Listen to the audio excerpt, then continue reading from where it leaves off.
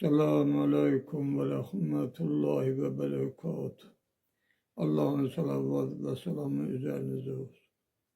Bir tane ibretname yine de okuyayım. Ondan sonra gelen günlerde inşallah Ebu'l-Fazl Abbas Aleyhisselam'ın sohbetini ederim. Ey münkeridin her gelen insana dolaşma. Ahar eyle utan, sahibi Kur'an'a dolaşma. 5 günden öteri sen bu kadar kedruşi olma. Ey kara yüzlü mahi dürevşana dolaşma. Bu kadar deme esrin imamı niye gelmir? Bir hikmeti var Halik-i Mennan'a dolaşma. Hurşid-i Hudavendi cihan perdede kalmaz. Ey bu lehusi bu Mehdi devrana dolaşma. Bir gün tutacak yeryüzünü edli adalet. Ey püstü can hayat-ı sübhane dolaşma. Cahil değilsen kara elemler neye lazım? Ahvara kalan şahi şeydane dolaşma. Az tane eyle yar ve vadar yüzeyne. Erişe ucalan nali evgane dolaşma. Aşk ehline bu bezmi ezab bağı habandı. Ta vardı canım var bu ezayı hane dolaşma.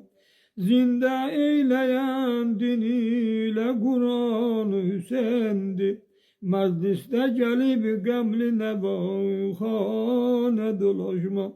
Nurezde cevanlar hamısı aşık dindi. Sengerde olan misli nigahbane dolaşma. Allah Muhammed ve Ali kelimesi dilde tesbih eyleyen bir güzel insana dolaşma. Tul oldu sühan megalatı ve dindir. Yaz bu behzü ve gül gele canana dolaşma. Abbas Mecayer söylemedi Leyla'ya olmuş.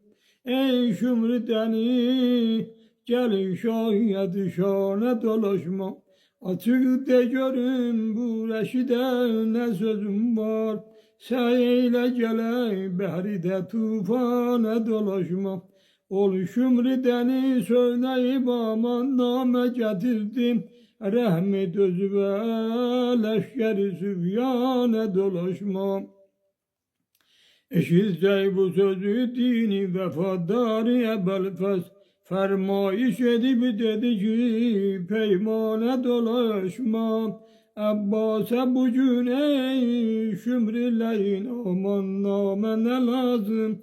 Ey Türk-i sifet şirin sana dolaşma. Şah emreylese neslini yerden keserim ben. Ey koca karga gel bu gülüstana dolaşma. Ben Abdüzelilem bilirsen şah icaze. Lütfi huda edi sübhane dolaşma. Min defa öllem ger ayrılam zinde kalam ben. Ollam o güzel şem'ine pervane dolaşma.